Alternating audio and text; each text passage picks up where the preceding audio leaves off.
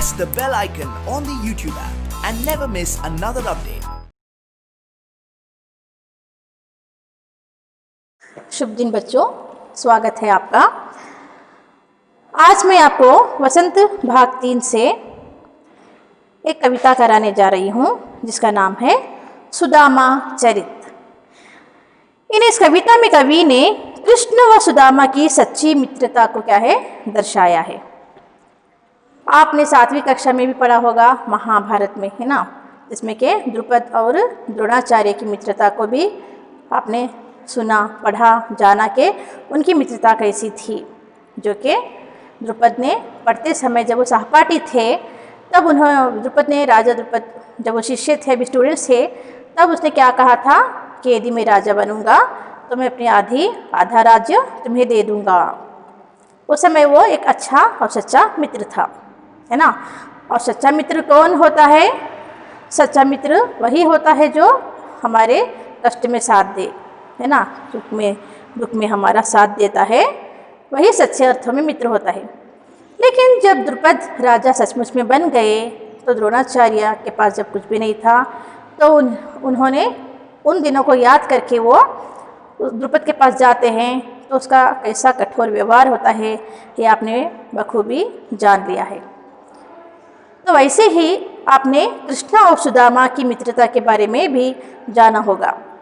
यदि नहीं जाना है तो चलिए जानते हैं, ठीक है।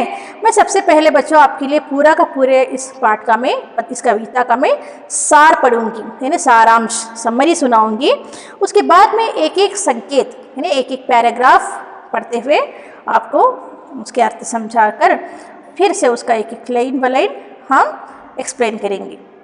क्योंकि ये कविता में जो है पूरी की पूरी क्या है, ब्रज भाषा का उपयोग किया गया है। इसमें ब्रज भाषा का सुंदर प्रयोग हुआ है जिससे आपको समझने में थोड़ी कठिनाई होगी। यदि समझेंगे तो बहुत ही ये सरल है, आसान है, ठीक है बच्चों। तो देखते हैं इस कविता का सार। कविता है सुदामा चरित। सुदामा चरित जिसके लेखक है कवि नरोत्तम दास।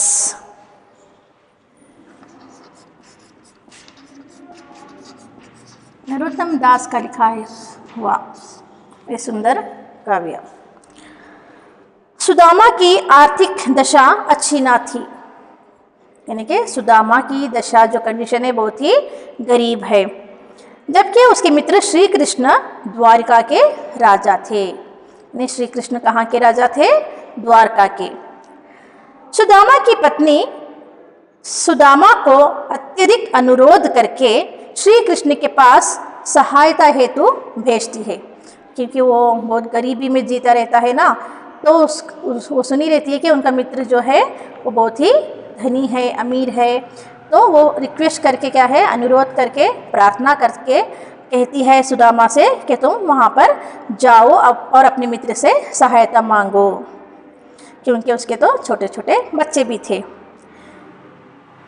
जब सुदामा द्वारिका पहुंचकर श्री कृष्ण के राजमहल में जाते हैं तो द्वारपाल उन्हें बाहर ही रोक लेता है। यानी गरीब होने के कारण उसकी दशा, उसकी कंडीशन ऐसी रहती है कि जो द्वार में खड़ा रहता है द्वारपाल, जो सिक्योरिटी रहता है, वो अंदर जाने नहीं देता। तो बाहर ही वो क्या करता है, रोक लेता है। वह श्री कृष्ण से जाकर कहता है कि बाहर कोई ब्राह्मण आया है। तो उसको बाहर दरवाजे के बाहर ही खड़ा करके वो द्वारपाल जो है अंदर कृष्ण के पास गया है और श्री कृष्ण से कह रहा है कि बाहर कोई एक ब्राह्मण आया हुआ है जो बहुत दीन दिखाई पड़ता है, यानी दिखने में तो बहुत गरीब लगता है।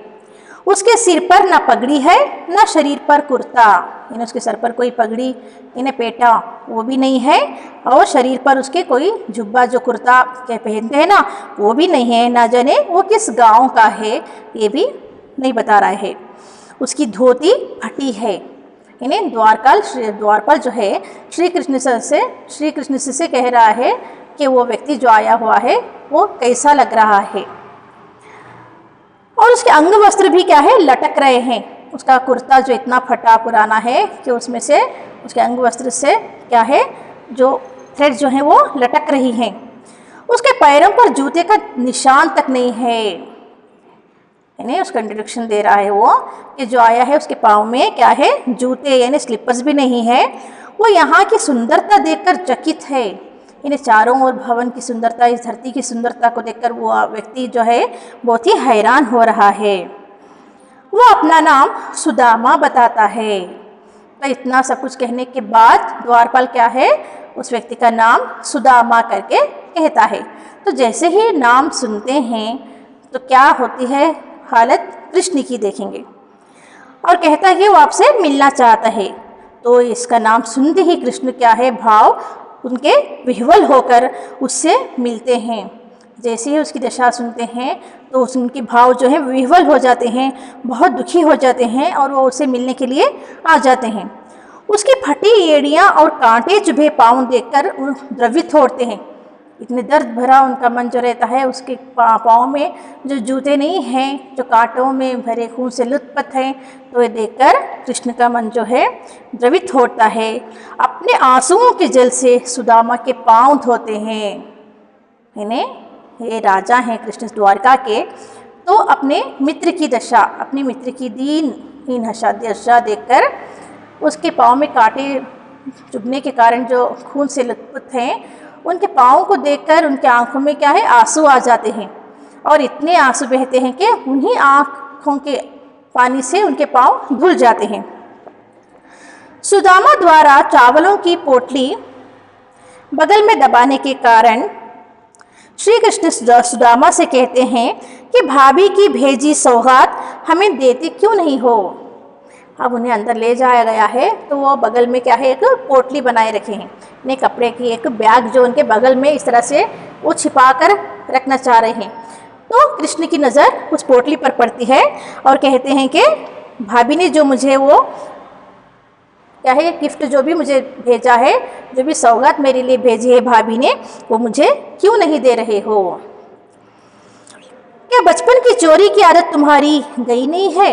इन्हें उन बचपन की यादों को याद दिलाते हैं जो वो पढ़ते समय स्कूल में जो बातें हुई थी। इस तरह से वो कह रहे हैं कि तुम तो चोरी करने में नंबर 1 हो, क्या तुम्हारी वो आदत अब भी नहीं गई है।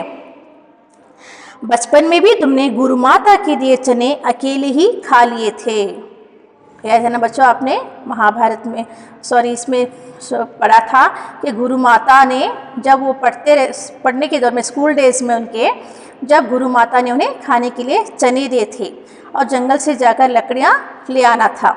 इन्हें उस समय स्कूल में जो है बच्चों को क्या है, मेहनत के काम दिया करते थे। तो चने लेकर लकड़ी काटने के लिए जंगल में जाते हैं और कृष्ण जैसे ही इस पेड़ पर चढ़कर लकड़ियाँ काटते रहते हैं, सुदामा नीचे खड़े होकर चना चबाते रहते हैं।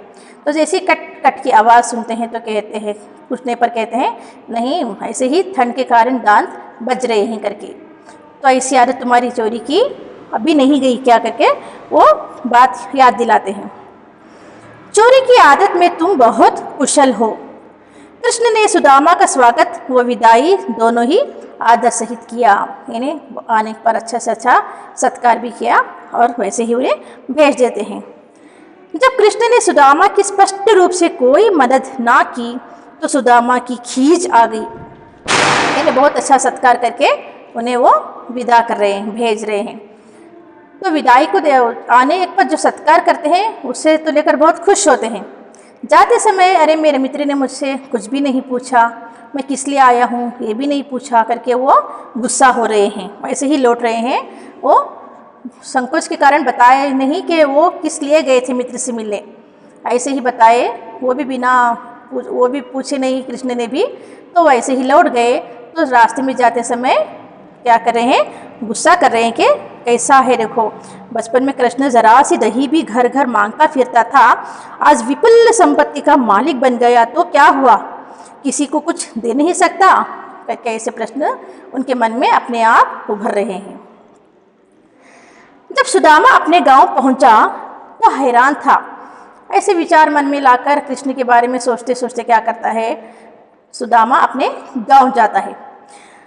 तो जाकर क्या देखता है, वहाँ के चेंजेस, वहाँ का परिवर्तन देखकर तो वो हैरान रह जाता है।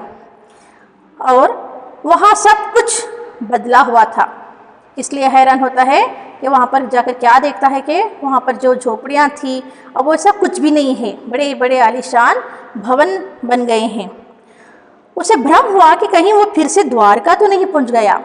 अरे मैं कृष्ण के बारे में सोचते सोचते कहीं द्वारका फिर से वापस तो नहीं चला गया मैं, करके उसके मन में शंका हो रही है। हालांकि वो पहुंचा तो अपने ही गांव है। ये सब किसकी लीला हो सकती है, जानेंगे। उसकी कुटिया के स्थान पर बड़ा महल बन चुका है। जिस स्थान में, जिस गांव में उसका छोटी सी झोंपड़ी थी उसकी, तो वो उसका छोटा सा स्थान अब बड़े भवन, बड़े महल में बदल गया है। उसे अपना घर भी लोगों से पूछना पड़ा कि सुदामा पांडे का घर कौन सा है। अपने ही गांव जाकर वो अपनी ही झोपड़ी को लोगों से पूछ रहा है, क्योंकि उसे उसकी अपनी झोपड़ी पहचानने में क्या है, मुश्किल हो रही है। क्यों मुश्किल हो रही है? क्योंकि वो बड़े महल में बदल गई है। जहाँ कभी पैरों में पहनने को जूतियाँ नहीं थीं, स्लीपर्स नहीं हुआ करते थे, वहाँ अब घर के बाहर हाथी लेकर महावत खड़े हैं। तो सुदामा गया था कैसे? पाँव में जूते नहीं थे, है ना, चप्पल भी नहीं थे। अब उसके द्वार पर महावत खड़े हैं हाथियाँ लेकर। हाथी चलाने वाले को महावत कहते हैं। जहाँ कठोर धरती पर रात कटती थी, वहाँ नरम गद्दे पर अब नींद नहीं आ रही है। और जहाँ मोटा अनाज खाने को नहीं मिलता था, अब वो प्रभु के प्रताप से अंगूर भी अब अच्छे नहीं लग रहे हैं। वास्तव में कृष्ण ने सुदामा की मनोदशा जानकर उसे सब कुछ दे दिया था। यानी कि वो थे अंतर्यामी, बिना कुछ सुने ही समझ लिए थे कि वो आया किस लिए था। अरे मेरा मित्र मुझसे सहायता मांगने आया था, बल्कि उसे पूछते भी नहीं हैं, बदले में वो ऐसे ही सब कुछ दे देते हैं। लेकिन अपने मुख से कहकर या स्पष्ट रूप में देकर अपनी और सुदामा की मित्रता को छोटा ना होने दिया। यह है सच्ची मित्रता। सुना बच्चों आपने, समझा? तो चलिए हम देखते हैं ये ब्रज भाषा में लिखा हुआ सुदामा चरित का ये काव्य भाग किस तरह है। यानी शीस पगाना झंगा तन में प्रभु जाने को आही बसे के ही ग्रामा। धोती फटी सी लटी दुपटी अरु पाए उपनाहा को ना नहीं सामा। द्वार खड़ो द्विज दुर्बल एक रहियो चकिसो वसुधा अभिरामा। पूछत दीन दयाल को धाम बतावत आपनो नाम सुदामा।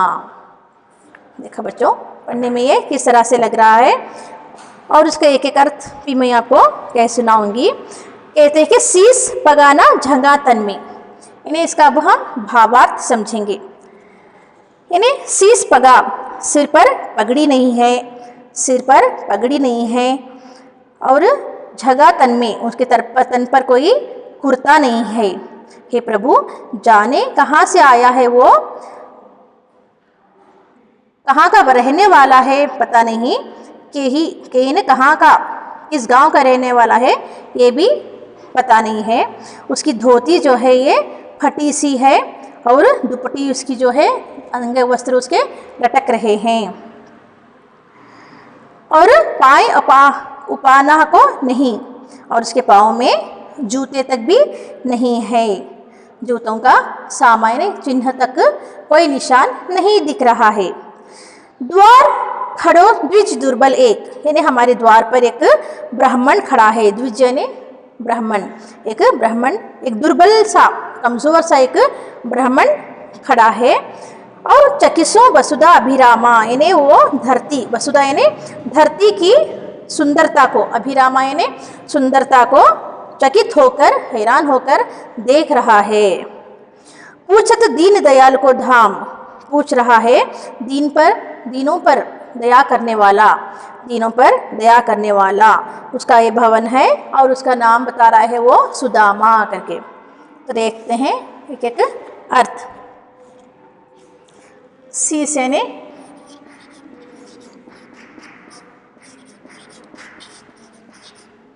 सिर, यानी उसके सिर पर, हेड पार्ट, सिर पर कोई क्या नहीं है, पग नहीं है। पग यानी पगड़ी, सिर पर पगड़ी नहीं है। जाने को आही बसे के ही ग्रामा, धोती फटी सी लुटी डुपटी, झंगा कुर्ता, झंगा यानी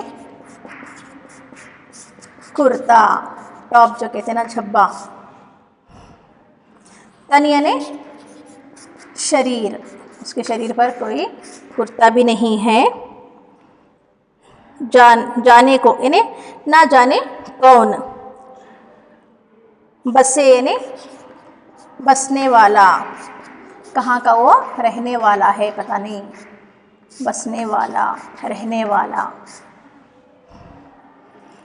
दुपटी, दुपटी यानी अंग वस्त्र, अंग के उसके वस्त्र जो भी पहने हैं वो सब फटकर लटक रहे हैं।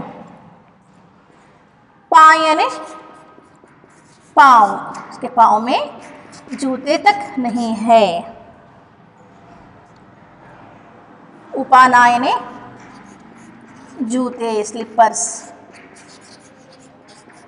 यानी चप्पल, पाँव में नहीं है।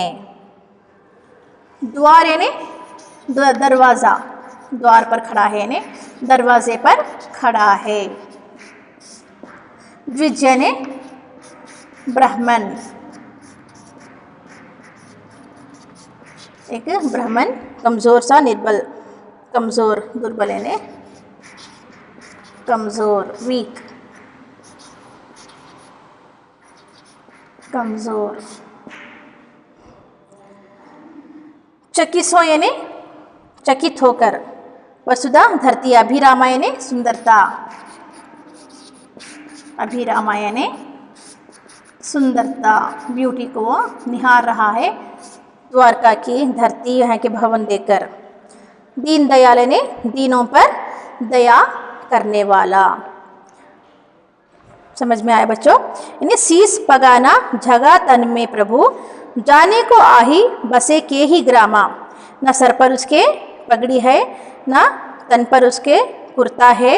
हे प्रभु, न जाने वो कहाँ का रहने वाला है, कहाँ के यानी किस गांव का, के ही ग्रामा यानी किस गांव का वो रहने वाला है पता नहीं। उसकी धोती भी क्या है, फटी सी है, उसकी धोती जो पहना है वो फट गई है, और लुटी डुपटी उसकी डुपटी यानी उसके अंग वस्त्र जो है वो भी लटक रहे हैं। और पाय उपानों को नहीं सामा, और पाँव में उसके जूते तक नहीं हैं, उसके कोई चिन्ह नहीं दिख रहा है।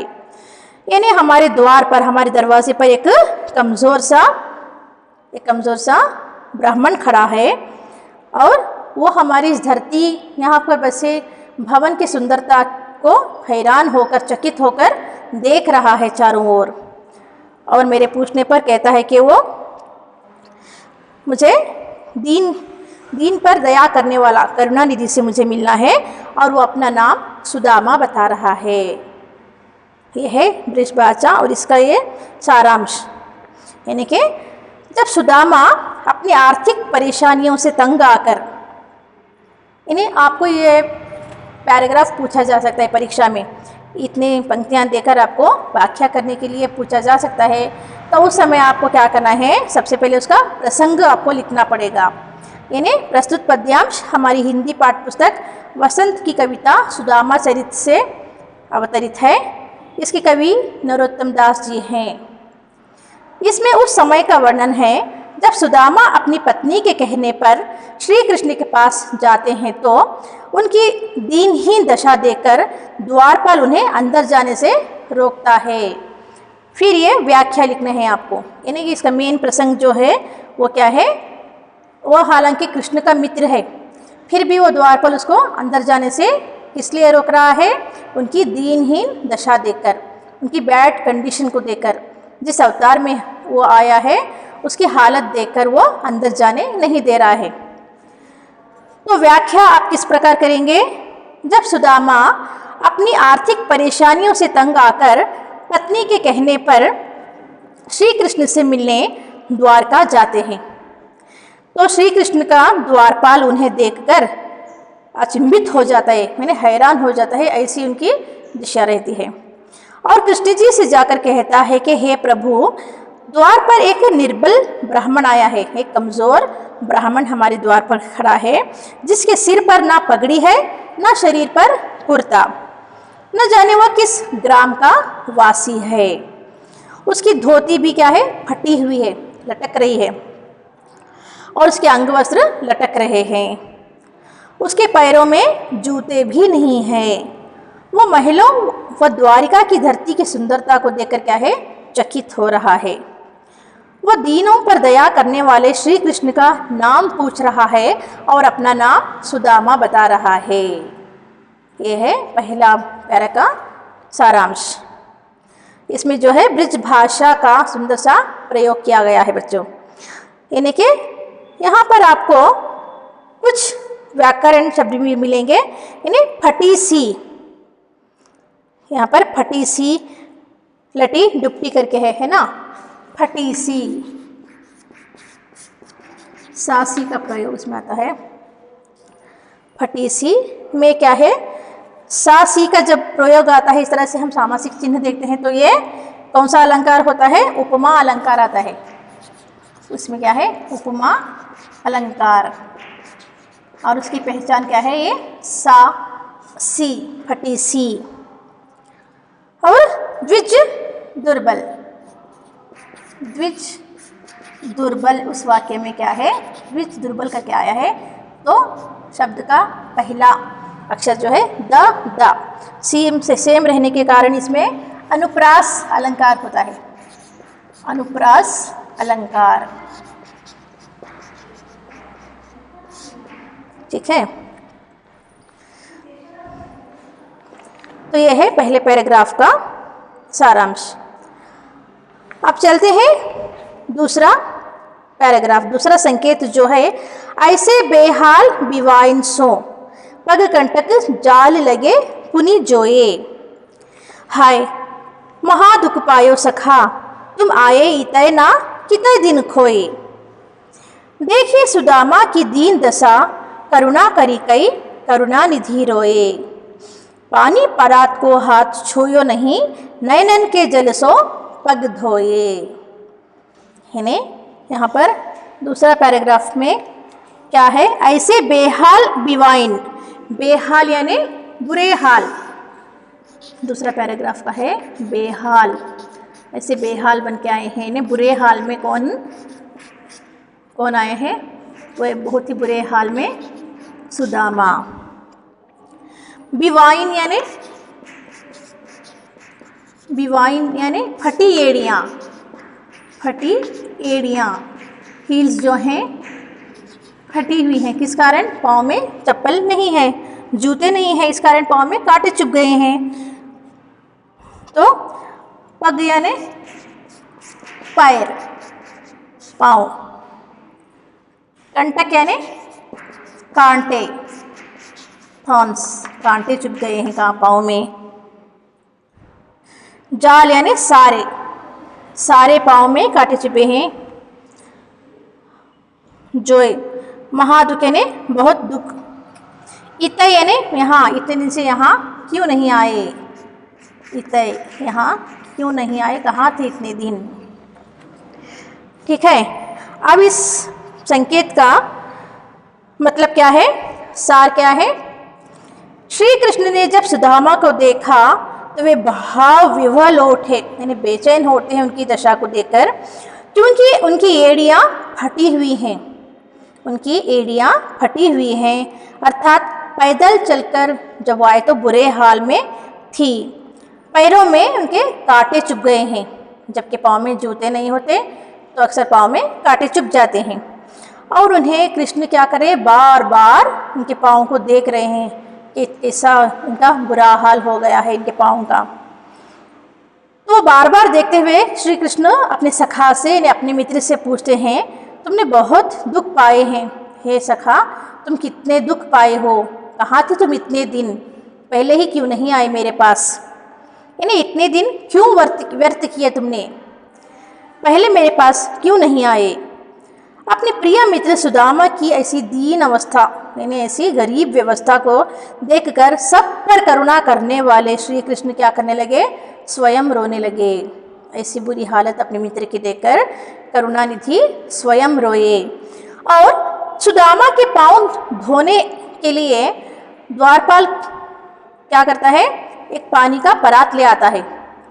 तो पानी के परात को इन्हें बाउल में जो पानी रहता है उसके पांव धोने के लिए मंगाए जाते हैं, तो वो उसको छूते तक भी नहीं है। और करुणानिधि, करुणा करने वाले दीन दयाल कृष्ण इतना रोते हैं कि उनके आँखों के आंसुओं से ही उनके मित्र के पांव क्या है, धुल जाते हैं। तो जो परात में लाया हुआ पानी उन्होंने छुआ तक नहीं और अपने आंसुओं से ही क्या है, सुदामा के पांव धो डाले। समझ में आया? ऐसे बेहाल विवांस हो, इन्हें इतने बुरे हाल में आए हो, इतनी फटी एड़ियां हैं तुम्हारे पग यानी पैरों में कांटे, सारे पूरे के पूरे पाँव में क्या है, कांटे लगने के कारण जो हाल एड़ियां का फट गई हैं उसे कृष्ण पुनी पुनी यानी बार बार देख रहे हैं और कहते हैं कि हाय महादुख पायो है सखा, तुम तो कितना कष्ट सहे हो। तुम आए इतने ना कितने दिन खोए, इतने दिन तुमने बेकार में व्यर्थ किए, क्यों नहीं आए मेरे पास। देखिए सुदामा की दीन दशा, इन्हें सुदामा की ऐसी दीन दशा, इतनी कमज़ोर दशा, इतनी गरीबी की दशा देखते हैं तो करुणा करी के करुणानिधि रोए। इतनी करुणा आती है उन्हें कि दया करने वाले, करुणा करने वाले करुणानिधि जो है स्वयं रो पड़ते हैं। और पानी परात को हाथ छुयो नहीं, पानी का परात जो लाया गया था उनके पांव धुलने के लिए उसे हाथ लगाए भी नहीं कि उनके आँखों से आंसू इतने बहने लगे कि उनके आँखों के आंसुओं से ही अपने मित्र के पांव धुल गए, यानी नयनन के जल से पग धोए। उनके आँखों, नयनन यानी उनके आँखों के पानी से ही सुदामा के पांव धुल गए। ठीक है बच्चों, समझ में आया? तो इसमें भी क्या है, ब्रज भाषा का सुंदर समावेश है। आपको ये भी संकेत पूछा जा सकता है परीक्षा में, जब ये पैराग्राफ दिया जाएगा तो आपको सबसे पहले इसका प्रसंग लिखना पड़ेगा कि उसमें कौन सा प्रसंग है। इन्हें प्रस्तुत पद्यांश हमारी हिंदी की पाठ्य पुस्तक वसंत की कविता सुदामा चरित्र से अवतरित है। इसके कवि नरोत्तम दास जी हैं। ये सब लिखना आपके लिए बहुत ही क्या है, ज़रूरी है पूरे अंक पाने के लिए। इसमें इन्होंने कृष्ण और सुदामा के सरल प्रेम का चित्रण किया है। जब कृष्ण ने सुदामा की दीनहीन दशा देखी तो वह कैसे विह्वल हो उठते हैं, कितने बेचैन हो उठते हैं। अब उस पैराग्राफ की व्याख्या कैसे करेंगे। श्री कृष्ण ने जब सुदामा को देखा तो वे भाव विह्वल हो उठे, क्योंकि उनकी एड़ियाँ फटी हुई थी, अर्थात पैदल चलकर उनका बुरे हाल में थी उनकी एड़ियाँ। पैरों में कांटे चुभे हुए थे, तो कृष्ण उन्हें बार बार देख रहे थे। कृष्ण कहते हैं कि हे सखा, तुमने बहुत दुख पाए, इतने दिन क्यों व्यर्थ किए, पहले मेरे पास क्यों ना आए।